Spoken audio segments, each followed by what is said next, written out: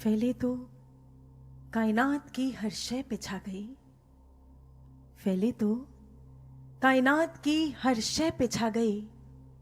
सिमटे तो इस अदा से कि इस हृदय में समा गई।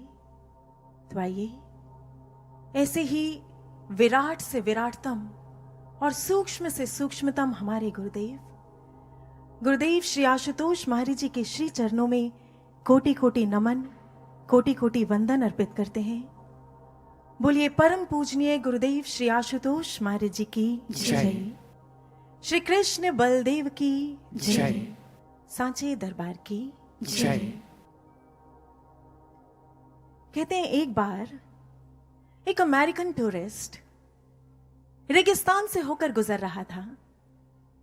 ऊंट पर बैठा है, नीचे रेत तप रही है और ऊपर सूरज। तभी ऊंट के आगे चलते चलते ऊंट वाले ने कहा, साहब रास्ता लंबा है, चलो एक पहेली गुनता हूं, बुझोगे? टूरिस्ट ने सुना, पहेली?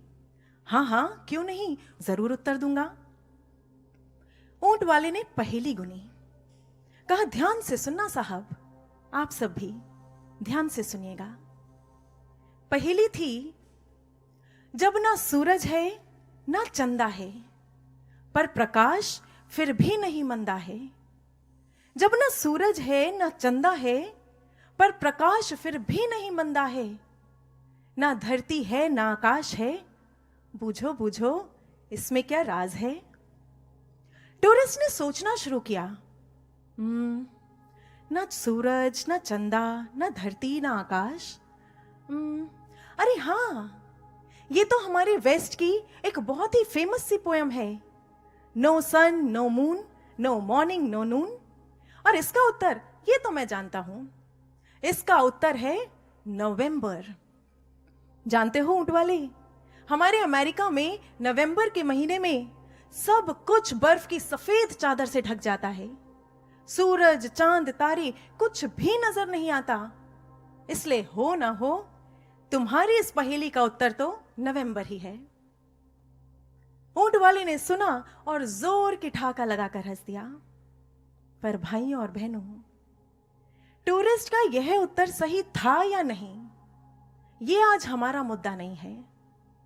मुद्दा तो यह है कि यदि यही पहेली हम महाराज जी के शिष्यों से पूछी गई होती तो हमारा उत्तर क्या होता? आप में से कोई बता सकता है?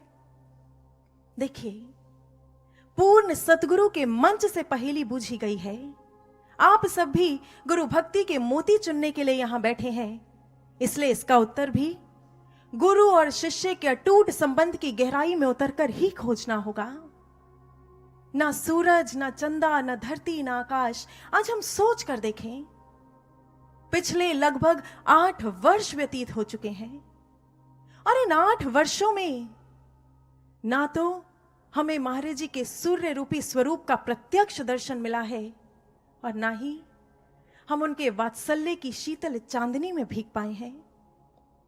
महाराज जी का वो आकाशवत कृपा हस्त, उससे भी तो हम महरूम हैं। और महाराज जी के दयामय करुणामय चरण, जो धरती की तरह हमारी सारी चिंताओं का भार वहन कर लिया करते थे, वो भी हमें नहीं मिल रहे। इसलिए यदि इस पहेली को हम शिष्यों से पूछा जाए तो हमारा उत्तर तो केवल एक ही हो सकता है, और वह है प्रतीक्षा काल, इंतजार की बेला। ऐसी बेला जो एक ना एक दिन समाप्त तो अवश्य होगी, यह हम सबको विश्वास है, सबको। किंतु कब, इसका कुछ पता नहीं। पर भाइयों और बहनों, क्या ऐसे में हम शिष्यों का धर्म क्या बनता है? क्या हम यूं ही बस हाथ पर हाथ रखकर बैठ जाएं? क्या निराशा में घिरकर इन पलों के खत्म होने का इंतजार भर करते रहें? या फिर जो हमारे महाराज जी हमसे अपेक्षाएं कर कर गए हैं, जो उम्मीदें महाराज जी ने हमसे लगाई हैं, उन एक एक आज्ञा को पूर्ण करने में स्वयं को झोंक दें, स्वयं को लगा दें, पूरी तरह से लगा दें? क्या धर्म बनता है हमारा? जानते हैं, बंजारों का एक लोकगीत बड़ा फेमस है कंटीले पक्षी का लोकगीत। कहते हैं ये जो पक्षी है ना, कंटीला पक्षी, ये अपनी जिंदगी में सिर्फ और सिर्फ एक बार अपने जीवन का सबसे मधुरतम सर्वश्रेष्ठ गीत गाया करता है। किंतु जब उसका ऐसा गीत गाने का मन करता है तो जानते हैं वो क्या करता है? बीहड़ गहरे जंगलों में उतर जाता है, वहां कुछ कंटीली झाड़ियों को ढूंढता है और उसमें स्वयं को लोट देता है। सारा शरीर लहूलुहान हो जाता है, पंख छितर जाते हैं और तब उस पीड़ा में वह गीत गाना आरंभ करता है। किंतु तब भी जब उसे लगता है कि उसका गीत उस ऊंचाई को नहीं पा रहा जिसके लिए उसने गीत गाना आरंभ किया था, तब वह अपनी जिंदगी का एक बहुत ही कठिन कदम उठा देता है। क्या करता है? एक सबसे नुकीला कांटा ढूंढता है और उस नुकीले कांटे से सीधा अपने हृदय को भेद लेता है। और उस समय उसके भीतर से जो पीड़ा, जो दर्द, जो तड़प निकलती है ना, बस वही उसके भीतर से सबसे मधुरतम सर्वश्रेष्ठ गीत का सृजन कर दिया करती है। ऐसे गीत का जिसमें वो बुलबुल के मधुर गीत को भी कहीं बहुत पीछे छोड़ देता है।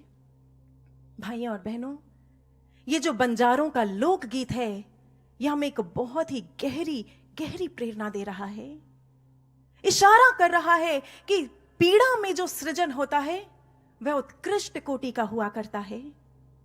आज महाराज जी प्रत्यक्ष रूप में हमारे समक्ष नहीं है, ऐसे में हमारे भीतर से भी बार बार रह कर वो एक तड़प, वो पीड़ा उठनी चाहिए, एक टीस निकलनी चाहिए जिससे भावों का सघन पुंज इकट्ठा हो सके। ऐसा पुंज जो हमें अपना निर्माण करने की, अपने ऊपर काम करने की, खुद को गढ़ने की एक शक्ति दे दे, एक गजब का जज्बा हम में भर दे। और फिर देखना, क्योंकि साधकों यही वो समय है जो इस समय का लाभ उठा लेंगे, वे स्वयं अनुभव करेंगे कि उनके जीवन का सबसे सुंदर गीत प्रकट हो गया है, यानी उनका सर्वोत्कृष्ट निर्माण हो गया है। ठीक वैसे जैसे हुआ था सप्त ऋषियों का। हमारे पुराणों में एक बहुत ही छोटी सी गाथा आती है, पर कहते हैं बहुत सुंदर गाथा है हम साधकों के लिए, हम महाराज जी के शिष्यों के लिए इस समय बिल्कुल सटीक बैठती है। कहते हैं एक बार देवादिदेव महादेव, आदि योगी महादेव ध्यान की अवस्था में बैठे थे कैलाश की बर्फीली चोटियों पर, पूर्ण रूप से आनंद में डूबे हुए। आंखें मुंदी हैं, होठों पर एक हल्की सी मुस्कान है, चेहरे पर एक अलग ही सुंदर सी छटा है, और सामने बैठे हैं 7 ऋषि जो प्रभु के इस आनंद को एक टक देख रहे हैं, आप पलक निहार रहे हैं। मन ही मन प्रार्थना उठ रही है, हे प्रभु, हे आदि योगी, उठिए, अपनी समाधि को तोड़िए और हम पर भी अपने दिव्य सानिध्य का आनंद रस बरसा दीजिए। समय बीतता गया, ऋषियों की प्रार्थना बढ़ती चली गई और कहते हैं एक दिन फिर आकाशवाणी हुई। कहा, ऋषियों, इस समय आप जिस मनोभूमि पर खड़े हैं, उस मनहा स्थिति पर खड़े होकर उस ब्रह्म का और ब्रह्म के रस का आनंद नहीं लिया जा सकता, इसलिए जाइए, स्वयं को तैयार कीजिए। बस इतना सुनना था कि 7 ऋषि तड़प उठे, भीतर एक गहरी टीस उठी, एक वेदना उठी, और इसी तड़प ने जन्म दिया एक दृढ़ संकल्प को। बस फिर क्या था, स्वयं पर कार्य करना आरंभ हुआ। अपने मन को शुद्ध, पावन, पवित्र करने का एक कठोर परिश्रम हुआ। आदि योगी के समाधि से उठने के प्रतीक्षा काल को ऋषियों ने अपना परीक्षा काल बना लिया, और करते करते करते करते ऐसी मनोभूमि तैयार हुई, ऐसी मनोभूमि that after 84 long years, 84 वर्षों बाद स्वयं आदि योगी उनसे प्रसन्न हो गए और उनके समक्ष प्रकट हो गए। भाइयों और बहनों, कहते हैं ये वही समय था। आदि योगी की इसी प्रसन्नता में उस दिन धरती को प्रथम गुरु की प्राप्ति हुई थी, सर्वप्रथम गुरु की। आदि योगी ने अपनी समाधि को तोड़ा और आदि गुरु के रूप में ऋषियों के समक्ष प्रकट हो उन पर वह आनंद रस की वर्षा कर दी, अपने ब्रह्म रस में पूर्ण रूप से उन्हें भिगो दिया, सराबोर कर दिया। और कहते हैं, हमारे पुराण बताते हैं कि बस उसी दिन वे भाव पूरित 7 ऋषि महान सप्त ऋषियों में परिणत हो गए। भाइयों और बहनों, पुराणों की एक बहुत ही छोटी सी गाथा है, पर इस पूरी की पूरी घटना का अगर बड़ी ही बारीकी से एनालिसिस किया जाए तो हम पाएंगे कि ये 2 स्टेप प्रोसेस है। सबसे पहला स्टेप, जब एक भक्त, एक शिष्य के भीतर एक टीस उठती है, एक तड़प उठती है, वेदना उठती है और वह स्वयं पर कार्य करना आरंभ करता है, खुद को तैयार करना आरंभ करता है। और फिर आता है दूसरा स्टेप, जब उसके इष्ट, उसके भगवान, उसके सद्गुरु उससे प्रसन्न हो जाते हैं और उसके समक्ष प्रकट होकर उसे अपने दिव्य अलौकिक आनंद रस का पान करा देते हैं। साधकों, क्या आपको ऐसा नहीं लगता कि आज आदि योगी आशुतोष की चलाई गई इसी रीत को सतगुरु आशुतोष ने भी हम सब शिष्यों के लिए चुन लिया है? महाराज जी का ये समाधि काल, ये भी तो वही उपयुक्त समय है, नियत समय है, जब हमें भी स्वयं पर कार्य करना होगा, अपने मन को पावन पवित्र शुद्ध करना होगा, विकारों से दूर करना होगा और ऐसी तैयारी करनी होगी, ऐसी तैयारी कि हमारे सतगुरु आशुतोष भी हमसे रीझ जाएं, समाधि से उठें और इस विश्व के विराट मंच पर भगवान आशुतोष के रूप में प्रकट होकर हमें भी अपने दिव्य सानिध्य के आनंद रस में भिगो दें, हमें भी सराबोर कर दें। किंतु उससे पूर्व the very pertinent question is, आखिर इस पूरे के पूरे प्रोसेस का पहला स्टेप कैसे हो? यानी हमारी तैयारी कैसी और कैसे हो, हम स्वयं का निर्माण कैसे करें, खुद अपने ऊपर काम कैसे करें, खुद अपने आप को कैसे गढ़ें। चलिए उसके लिए आपको ले चलते हैं राजस्थान में मेवाड़ की भूमि पर। ऐसी भूमि जो क्षत्रियों और क्षत्राणियों की भूमि रही, ऐसी भूमि जो राजपुताना आन बान शान की भूमि रही। दोहराती हूं, सुनो रक्त से लिखी हुई कुर्बानी, जिसके कारण मिट्टी भी चंदन है राजस्थानी। ऐसी ही चंदनमयी मिट्टी का एक ऐतिहासिक पात्र थी रानी पद्मावती। रानी पद्मावती एक ऐसा चरित्र जिसे यदि कवियों और लेखकों ने उकेरना चाहा तो उन्हें सबसे पहले अपनी कलम को स्वाभिमान की स्याही में डुबोना पड़ा। किसी ने उसमें चरित्र की पराकाष्ठा को देखा तो किसी ने राजपुताना शौर्य को। परंतु भाइयों और बहनों, यदि आज इस ऐतिहासिक गाथा को इस आध्यात्मिक मंच से गाया जाएगा तो देखना तो यह है कि एक सच्चा साधक, एक सच्चा शिष्य इस सच्ची घटना से अपने लिए कौन सा मोती चुकता है।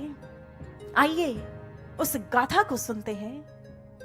यह उस समय की बात है जब अलाउद्दीन खिलजी ने पहली बार मेवाड़ की रानी पद्मिनी को आईने में देखा था और देखते ही बदहवास सा हो गया। रानी का रूप, उसका सौंदर्य उसके सर चढ़ गया। इसलिए रानी को पाने के लिए, उस पर काबू करने के लिए, उस पर पूरी तरह स्वामित्व जताने के लिए खिलजी किसी भी हद तक जाने को आमादा हो गया।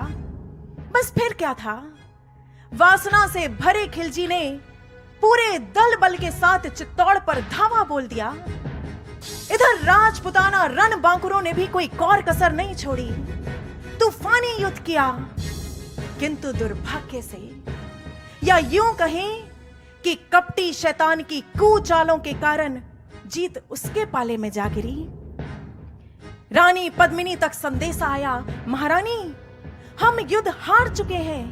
वासना से भरा खिलजी किसी भीषण आप तक पहुंचता होगा। निर्णायक हार सामने थी, दुश्मन सर पर मंडराया था। केसरिया लाज लूटने को खिलजी ने हाथ बढ़ाया था, किंतु नहीं।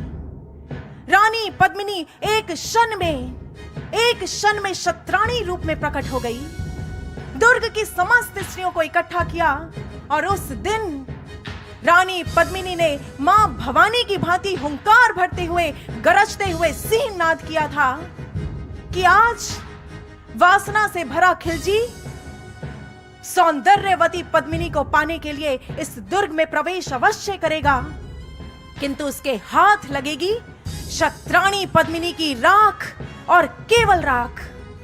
आज खिलजी अपनी आंखों से देखेगा कि मेवाड़ की रानी हंस हंस कर स्वयं को होम तो कर सकती है, किंतु अपने सम्मान के साथ कोई समझौता नहीं कर सकती। इसलिए जाओ, इस दुर्ग के भीतर एक पवित्र अग्निकुंड सजाओ। आज ये मेवाड़ अपनी रानी का अग्नि स्नान देखेगा। आज जौहर होगा, आज पवित्र जौहर होगा। जल मरने से ज्यादा पावन उस दिन कोई संकल्प न था। जौहर ही शेष बचा था, बस कोई और विकल्प न था। दुर्ग के भीतर एक बड़ा सा अग्नि कुंड सजा। अग्नि की ऊंची ऊंची लपटें धधकी और उस दिन रानी पद्मिनी ने किस शौर्य के साथ अग्नि स्नान किया था, लेखकों और कवियों ने आज तक इस दृश्य को अपने बुलंद खूबसूरत शब्दों में जीवंत रखा है। आइए हम भी उसी दृश्य के दृष्टा बने।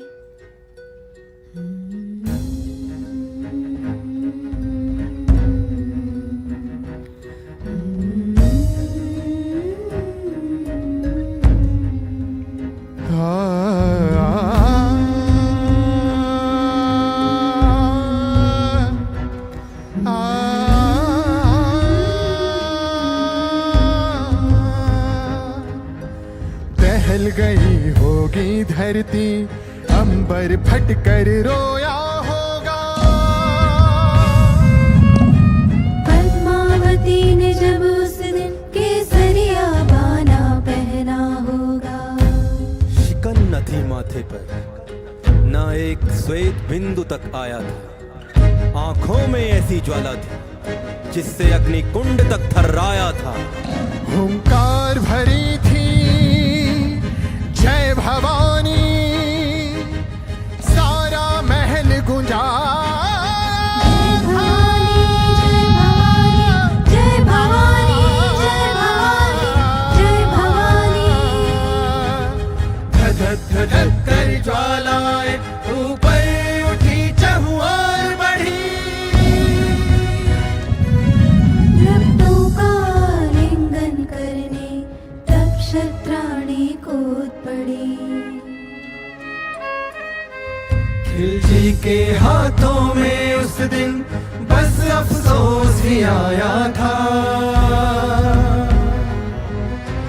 पद्मिनी रानी ने जब एक नया इतिहास रचाया था।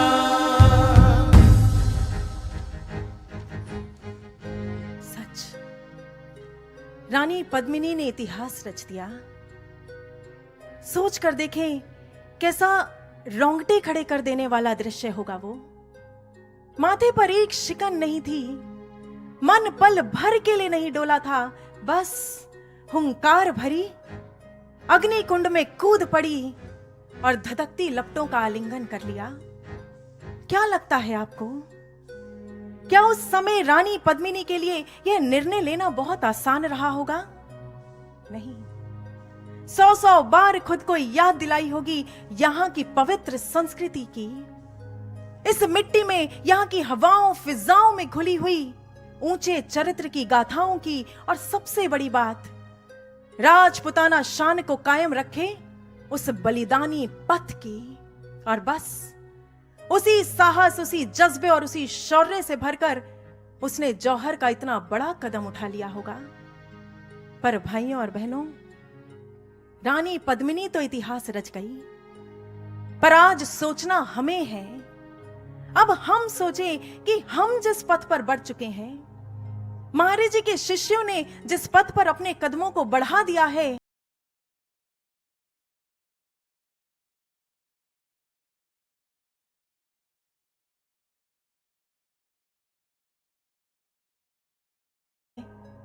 क्या वो पथ कायरों का पथ होगा? क्या वो पथ बुज़दिलों का पथ होगा? नहीं, ये पथ भी आध्यात्मिक क्षत्रियों और क्षत्राणियों का पथ है। ये पथ भी शुरस्य धारा, महाराज जी के मुख से हमने कई कई बार सुना है, खांडे की धार पर चलने का पथ है। फिर ऐसे में साधकों, ये पथ भी हमसे एक मांग रखता है, और कोई छोटी मोटी साधारण मांग नहीं, बहुत ऊंची मांग रखता है। कैसी मांग? बलिदान की मांग, बलिदानी जौहर की मांग। परंतु कैसा जौहर, किसका जौहर आपके मन में आ रहा होगा? क्या इस तन का? ना। चलिए, इसे समझने के लिए अब इस पूरी की पूरी घटना को एक साधक के लेंस से देखते हैं। यहां रानी पद्मिनी किसे सिंबलाइज कर रही है और खिलजी किसका प्रतीक है? साधकों, यहां रानी पद्मिनी प्रतीक है एक जीवात्मा की, इस पथ पर बढ़ते हम और आप जैसे साधक की। और खिलजी प्रतीक है विषय विकारों और व्यसनों का, एक ऐसे मन का जिसकी नजर जब जीवात्मा पर पड़ती है तो वो भी अमादा हो उठता है। उस पर काबू पाने के लिए, उस पर वश में कर लेने के लिए, उस पर अपना स्वामित्व जताने के लिए, एक जीवात्मा जिसने अपना सत्त्व उस पुरुषोत्तम ईश्वर के साथ स्थापित किया होता है, उस सत्त्व का हनन पतन कर देने के लिए और अपने विकारों के पूरे दल बल के साथ हम पर टूट पड़ता है। पर ऐसे में एक साधक का क्या रोल होना चाहिए? क्या वो आत्मसमर्पण कर दे?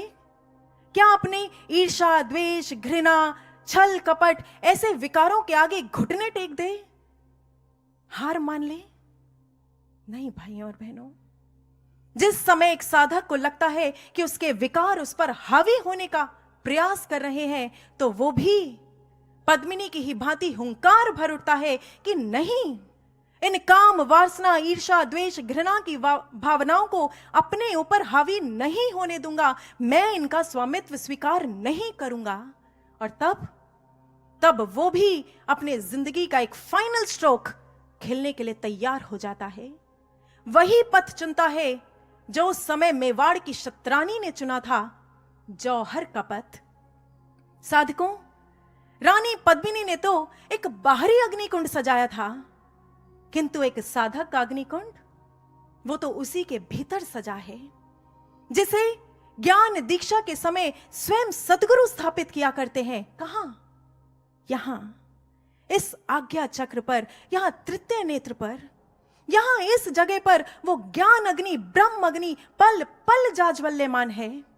इससे पहले कि विकार साधक पर हावी हो, एक साधक इस कुंड में उतर जाता है, यहां इस ज्ञान अग्नि में स्नान करता है, माने ध्यान की गहराइयों में इतना गहरा उतर जाता है, इतना गहरा कि इस ब्रह्म अग्नि के साथ, ज्ञान अग्नि के साथ जुड़ जाता है, उसमें इकमिक हो जाता है, पूरी तरह से लीन हो जाता है कि ये विकार चाहकर भी उस पर हावी होना तो दूर, उसे छू तक नहीं पाते। उस समय साधकों, पद्मिनी रूपी जीवात्मा का सत्त्व वो जीत जाता है, विजय श्री को प्राप्त करता है। ये है भाइयों और बहनों एक साधक का जौहर, एक सच्चा जौहर, आध्यात्मिक जौहर।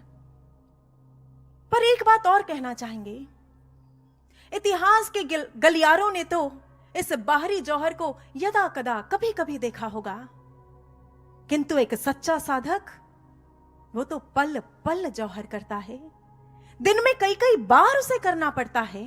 आपका खुद का एक्सपीरियंस रहा होगा, जरा सा कुछ मिल जाए अहंकार सर उठाने लगता है, पर यदि किसी और का निर्माण हो जाए, किसी और का उत्थान हो जाए, तो यही मन ईर्ष्या, द्वेष, घृणा की भावनाओं से लबालब भर उठता है। हमारी आंखें एक गलत दृश्य को देख लें, बस मन उसी की ओर हमें खींचना शुरू कर देता है, आकर्षित करता है। और जब बात हो किसी को पीछे खींचने की, पीछे हटाने की, तो हमारा ये मन खिलजी की ही तरह छली और कपटी होने में भी देर नहीं लगाता। ये हम सबका एक्सपीरियंस होगा, सबका अनुभव होगा।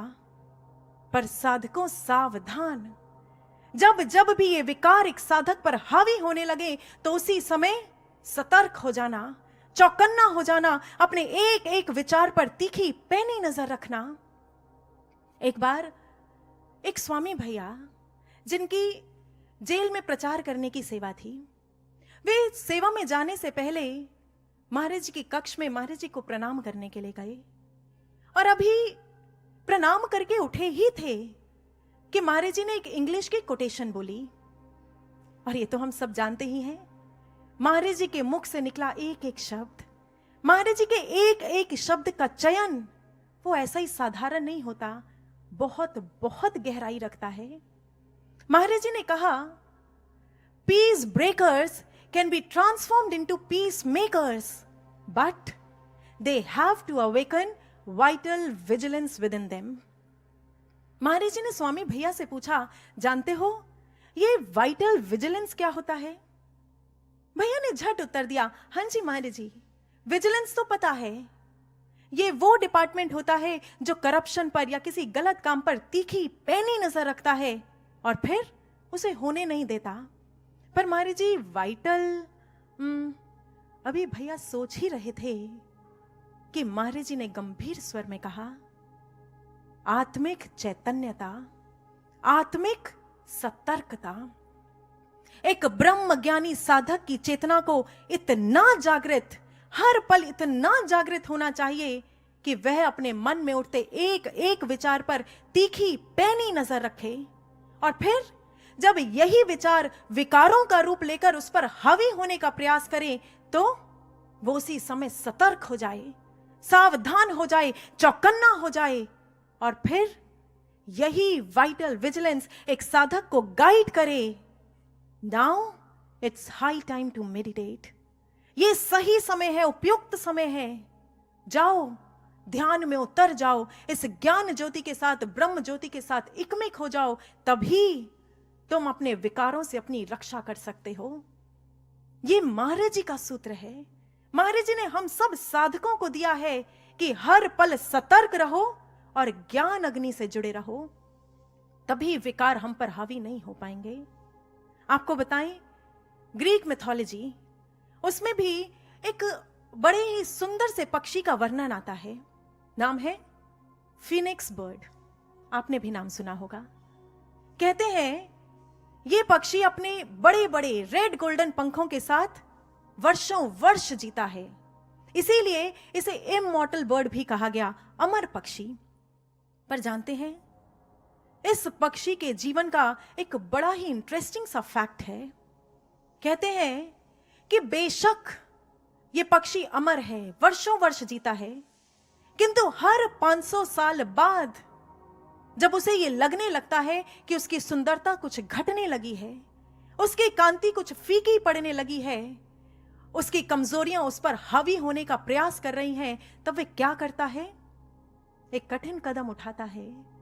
वो अपने ही घोंसले में आग लगा देता है और उसमें कूद जाता है, खुद को भस्म कर लेता है। Yes, he burns himself into ashes।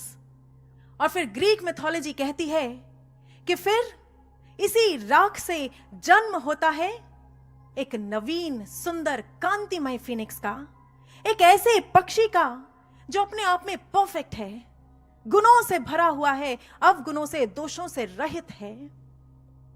भाइयों और बहनों, ठीक इसी तरह जब जब भी एक साधक के भीतर ये इच्छा उठती है कि वो भी सुंदर हो जाए, सद्गुणों से भर उठे, अपने विकारों को दूर कर दे, तो शर्त एक ही है, साधना में उतरना ही होगा, ज्ञान की अग्नि के साथ इकमिक होना ही पड़ेगा, उसमें मिलना ही पड़ेगा, और कोई मार्ग ही नहीं है। This is an invincible law. अध्यात्म के जगत की यह एक अटल रीत है जिसे टाला नहीं जा सकता। आप कभी अपने पुराने ग्रंथों को खंगाल कर देखिएगा, ऐसे ऐसे चमकते हुए रत्न मिल जाएंगे जो इस रीत को निभा भी गए और हमें बहुत कुछ समझा भी गए। ऐसा ही एक उज्जवल सा चमकता हुआ रत्न हमें दक्षिण भारत के ग्रंथों में मिलता है।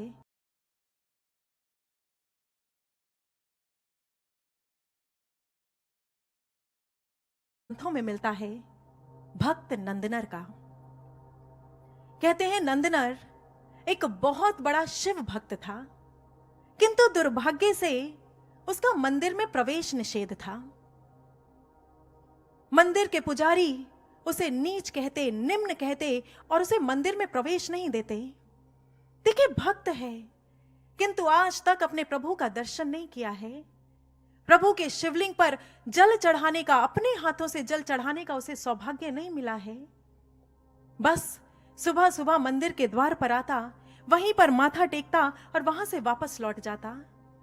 मन के भीतर एक इच्छा हर पल उठती रहती, हे प्रभु, कब आपके दर्शन होंगे, कब आपके मंदिर में प्रवेश कर पाऊंगा, कब आपके पास, आपके सानिध्य में आ पाऊंगा, मुझ पर भी कृपा कीजिए, दया कीजिए। पर कहते हैं ना, भक्त का हृदय बड़ा ही गजब का होता है। एक दिन नंदनर के मन में एक इच्छा उठी, और कोई छोटी मोटी साधारण सी इच्छा नहीं, एक ऐसी इच्छा जिसका पूर्ण होना लगभग असंभव था। तमिलनाडु का एक सबसे प्रख्यात विख्यात सबसे बड़ा मंदिर है चिदंबरम मंदिर। उसके मन में इच्छा उठी कि वो चिदंबरम मंदिर में रखे भगवान की नटराज की मूर्ति का दर्शन कर सके। देखिए कितनी कमाल की बात है। जानता है लोग नहीं मानेंगे, पुजारी मंदिर में प्रवेश नहीं देंगे, पर फिर भी भक्त अपने हृदय का क्या करे। समय बीतता गया, नंदनर के भीतर की यह इच्छा पुरजोर होती चली गई, प्रार्थनाएं बढ़ती चली गई, और फिर आखिरकार एक दिन स्वयं महादेव ने नंदनर को स्वप्न में दर्शन दिए। कहा, नंदनर, तुम चिदंबरम मंदिर में रखी मेरी नटराज की मूर्ति का दर्शन करना चाहते हो ना, तो फिर ठीक है, आज हम तुम्हें कहते हैं कल सुबह चिदंबरम अवश्य आना, पर कैसी भी परिस्थिति हो उसे पार कर हम तक जरूर पहुंच जाना। नंदनर प्रसन्न हो गया, सच प्रभु, क्या सच में कल मुझे आपका दर्शन होगा? क्या सच में मैं मंदिर में प्रवेश कर पाऊंगा? प्रभु मुस्कुरा दिए, अंतर ध्यान हो गए। रात गहराई और उसी दिन उसी रात अब महादेव ने उस मंदिर के पुजारी को भी दर्शन दिए। कहा, जानते हो, कल नंदनर चिदंबरम में प्रवेश करने का प्रयास करेगा। पर पुजारी घबरा गया, प्रभु ऐसा कैसे, उसका तो प्रवेश निषेध है। महादेव ने कहा, तो फिर ठीक है, कल ऐसा करना कि मंदिर के द्वार पर एक अग्नि कुंड सजा देना और उससे कहना कि यदि वो मेरे दर्शन करना चाहता है तो इन अग्नि की लपटों से गुजर कर करे।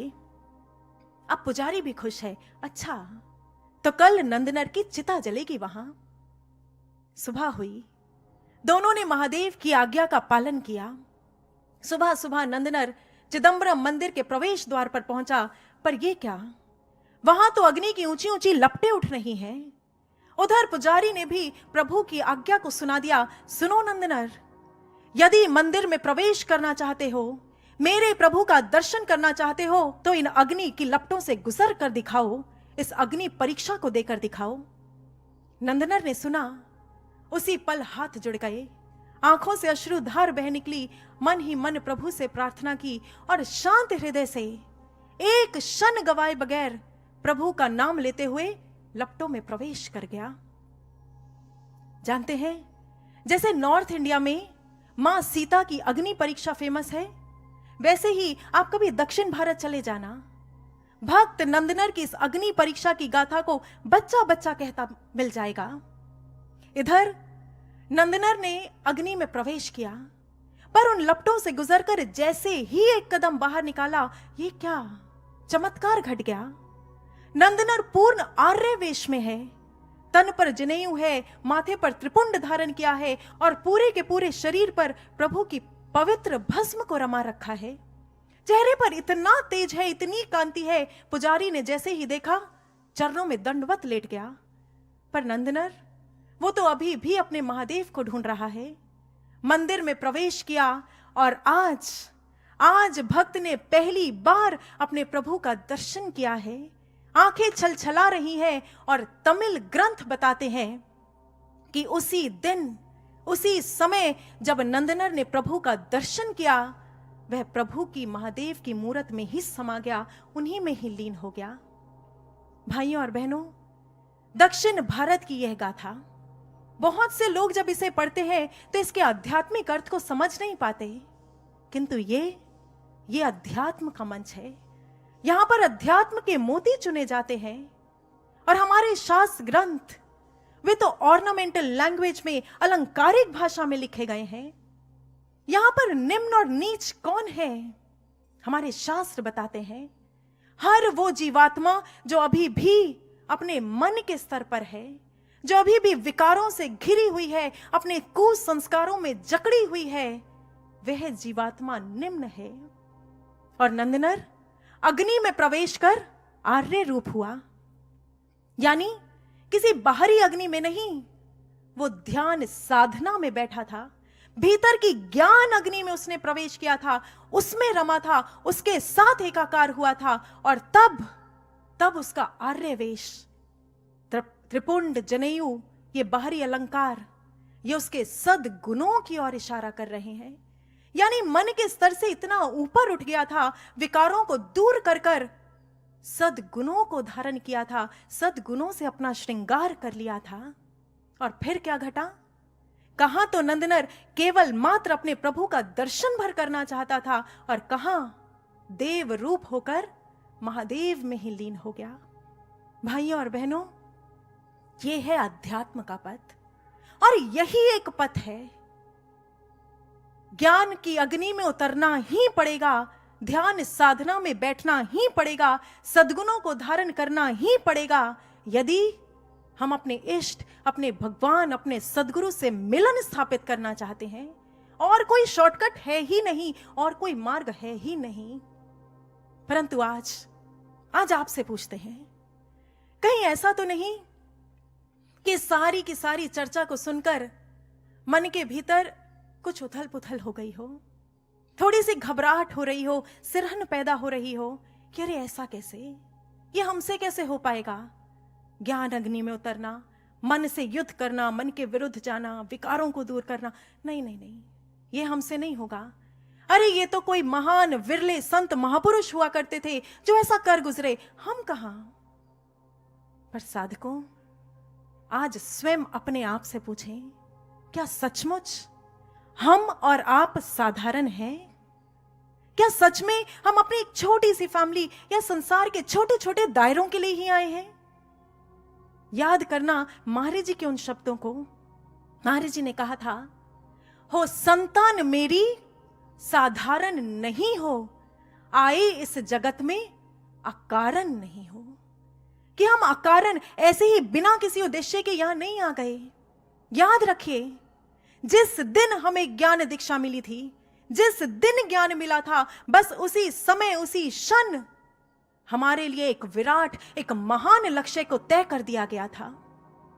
मुझे याद है, एक बार महाराज जी संगत के बीच बैठे थे, बहुत बहुत प्रसन्न थे, मुस्कुरा रहे थे, और तभी अचानक महाराज जी ने संगत से पूछा, अच्छा जानते हो कि चाणक्य ने चंद्रगुप्त को अपनी शरण में क्यों लिया था? संगत से ही एक गुरु भाई उठे, कहा, महाराज जी, हां, शायद चाणक्य चंद्रगुप्त से अखंड भारत का निर्माण कराना चाहते थे। महाराज जी ने सुना, मुस्कुरा दिए, और फिर एक क्षण में उसी वक्त महाराज जी ने पूछा, अच्छा तो फिर ये बताओ कि हमने आपको अपनी शरण में क्यों लिया है? उन गुरु भाई ने थोड़ा सा सोचा, मनन चिंतन किया, और फिर महाराज जी को कहा, महाराज जी, हो सकता है शायद आप भी हमसे अखंड भारत का निर्माण कराना चाहते हो। तभी वहां पर एक और गुरु भाई बैठे थे संगत में ही, वे उठे और उन्होंने एकदम से महाराज जी को कहा, नहीं महाराज जी, आप हमसे अखंड भारत का नहीं, आप तो पूरे विश्व के लिए आए हैं, इसलिए आप हमसे अखंड विश्व का निर्माण कराना चाहते हैं।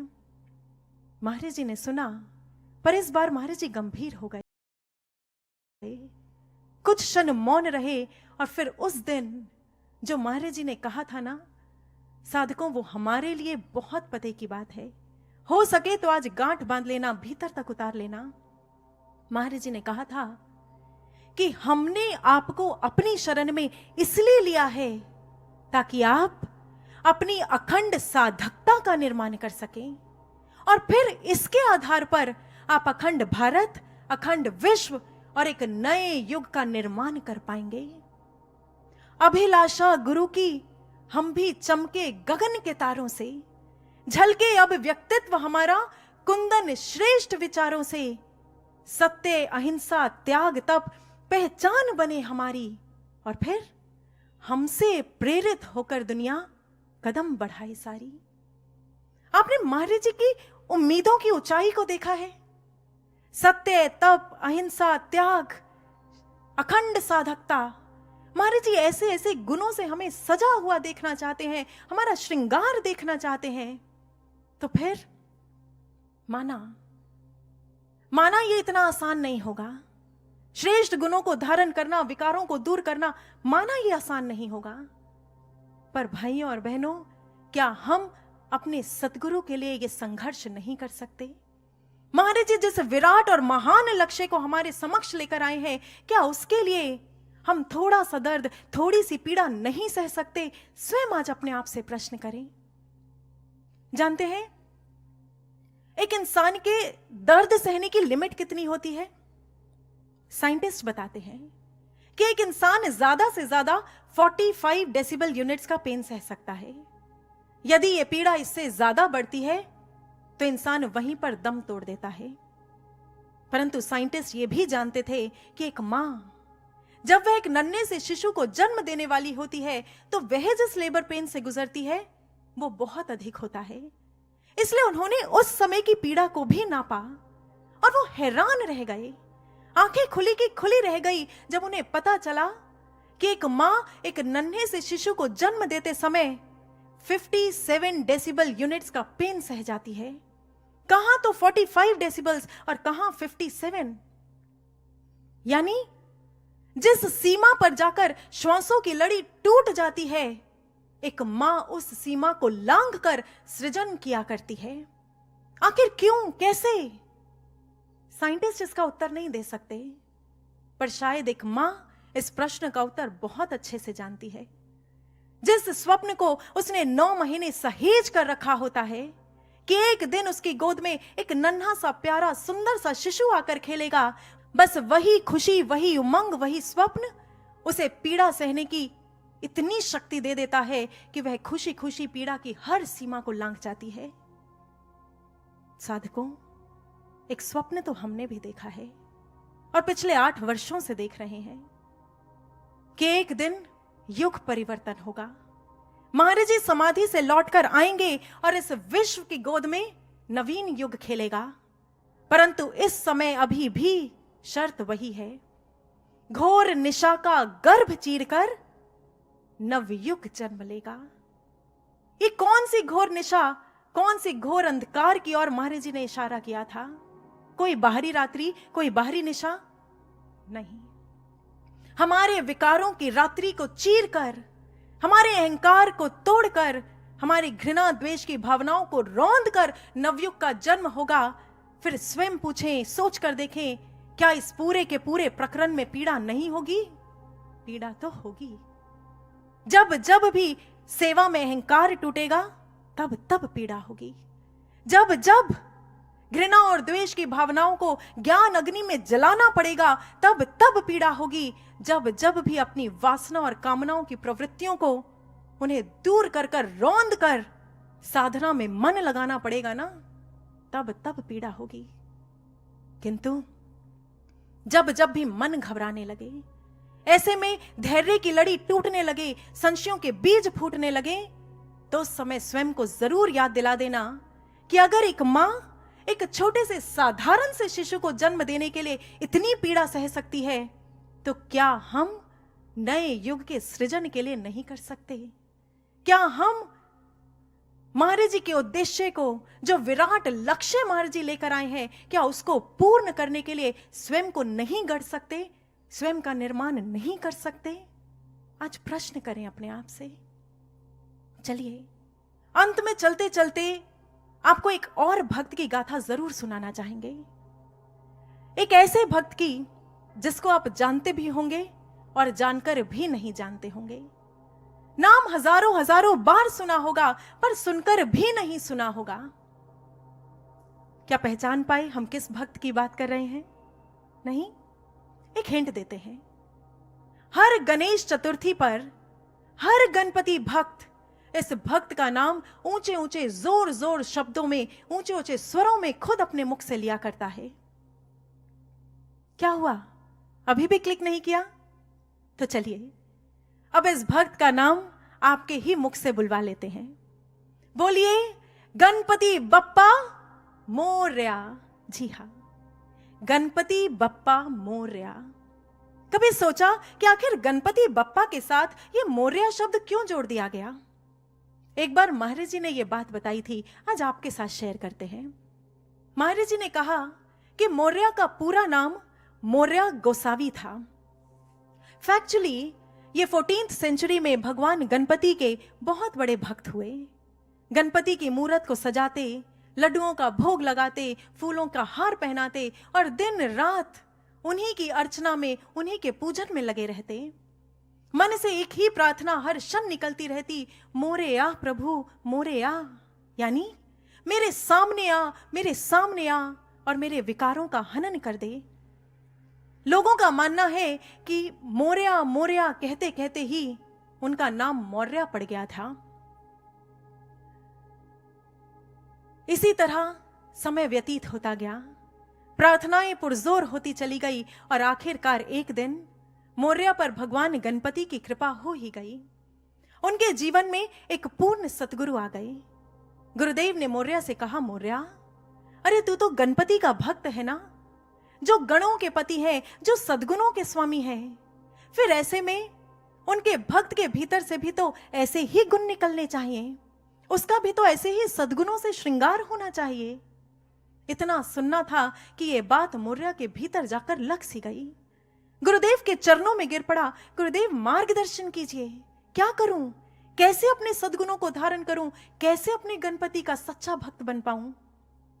गुरुदेव ने कहा, मौर्या मार्ग तो केवल एक है, जा ध्यान में उतर जा, ज्ञान अग्नि से जुड़ जा, स्वयं को तपा दे, कुंदन कर ले और श्रेष्ठ गुणों को धारण कर ले, सद्गुणों को अपने भीतर बसा ले, तभी तो गणपति का सच्चा भक्त कहला पाएगा। बस गुरुदेव के मुख से ये शब्द निकले और मौर्या ने गांठ बांध लिए। इतिहास बताता है कि उसी क्षण मौर्या ने अपने कक्ष के किवाड़ों को बंद किया और ध्यान में गहरा उतर गया। इतना गहरा उतर गया कि अपनी ज्ञान अग्नि के साथ पूरी तरह से इकमिक हो गया, लीन हो गया, उसी में जज्ब हो गया। और उधर चिंचवड़ गांव, चिंचवड़ जहां पर मौर्या ने ध्यान समाधि ली, पूरे के पूरे गांव में यह बात आग की तरह फैल गई कि मौर्या ने स्वयं को अग्नि के सुपुर्द कर दिया है। पर भाइयों और बहनों, मौर्या ने किसी बाहरी अग्नि में कूद नहीं लगाई थी, किसी बाहरी अग्नि में स्वयं को अर्पित नहीं किया था। अब इतनी चर्चा के बाद हम और आप इस बात को बहुत अच्छे से समझ चुके हैं कि वो ध्यान में उतरा था और भीतर की ज्ञान अग्नि में स्वयं को अर्पित किया था। और इस बात का प्रमाण मिलता है इस स्टोरी के सेकंड हाफ से, जब मौर्या की इसी ध्यान साधना से एक दिन भगवान गणपति प्रसन्न हो गए और उसके सामने प्रकट होकर कहने लगे, मौर्या मांग, आज जो चाहता है मांग ले, तुझे मैं वही दे दूंगा।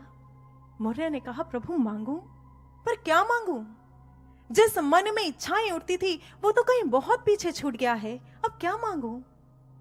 गणपति और प्रसन्न हो गए, कहा, मौर्या तभी तो तुझे कुछ देना चाहता हूं। तूने ऐसे सद्गुणों से अपना श्रृंगार कर लिया है और मुझ गणपति को प्रसन्न कर लिया है, कुछ मांग ले, इसलिए आज अपने लिए ना सही मेरी। मौर्या ने हाथ जोड़े और कहा, प्रभु बस फिर तो इतना ही देना कि मैं आप में पूरी तरह से लीन हो जाऊं, मेरा और आपका ऐसा अटूट बंधन बंधे जो कभी कभी ना टूट पाए, किसी के तोड़ने से भी ना टूट पाए। गणपति ने अपने हाथों को उठाया, तथास्तु कहा, और बस तब से लेकर आज तक गणपति बप्पा और मौर्या का ऐसा अटूट बंधन बंधा कि हर गणपति भक्त के मुख पर सज गया, गणपति बप्पा मोरया, गणपति बप्पा मोरया। साधकों, हमारा इतिहास ऐसी कितनी ही गाथाओं से भरा है, कितने ही ऐसे भक्त, कितने ही ऐसे शिष्य हैं जो ऐसा कर गुजरे। किंतु आज सोचना तो ये है कि आखिर कब तक हम इतिहास की गाथाओं को पढ़ते भर रहेंगे? कब तक इन शिष्यों और भक्तों की गाथाओं को सुन सुनकर खुश होते रहेंगे? आज स्वयं से प्रश्न करें कि यदि इतिहास के भक्त ऐसा कर सकते हैं तो आज हम सद्गुरु भगवान के शिष्य क्यों नहीं कर सकते? क्या कमी है? क्या नहीं मिला हमें? हमें भी तो पूर्ण सद्गुरु का सानिध्य मिला है, हमें भी तो महाराज जी का मार्गदर्शन मिला है, वो ब्रह्म ज्ञान मिला है, हमें भी तो महाराज जी का वो कृपा प्रसाद मिला है, उनका प्रेम मिला है, सब कुछ मिला। फिर क्यों हमारे प्रयासों में देरी हो रही है? क्यों आज साधना में कमी हो रही है? क्यों ये विकार हम पर हावी हो रहे हैं? क्यों हम सद्गुणों से अपना श्रृंगार नहीं कर पा रहे? साधकों, ये समय केवल इतिहास सुनने का नहीं है, बल्कि आज इतिहास गढ़ने का समय है, इतिहास रचने का समय है। इसलिए उतरे अपने गहरे ध्यान के कुंड में, जलाएं भीतर की ज्ञान अग्नि को, तपा लें स्वयं को, कुंदन कर लें, श्रेष्ठ भावनाओं को धारण कर लें। उस समय तो एक रानी पद्मिनी थी जिसने जौहर किया और इतिहास रच दिया। परंतु आज भाइयों और बहनों, यदि महाराज जी के शिष्य, हजारों लाखों शिष्य इस ज्ञान अग्नि में जौहर करेंगे तो इतिहास स्वयं रचेगा, और ऐसा इतिहास रचेगा, ऐसा जो ना तो पहले कभी रचा गया और ना ही आगे कभी संभव हो पाएगा। इसलिए भाइयों और बहनों, ये समय हमसे कुछ मांग रहा है, ये समय हमसे कुछ अपेक्षाएं रखता है, कुछ उम्मीदें रखता है, और वो क्या उम्मीद रखता है, हमसे क्या कहना चाहता है, आइए हम भी श्रवण करते हैं।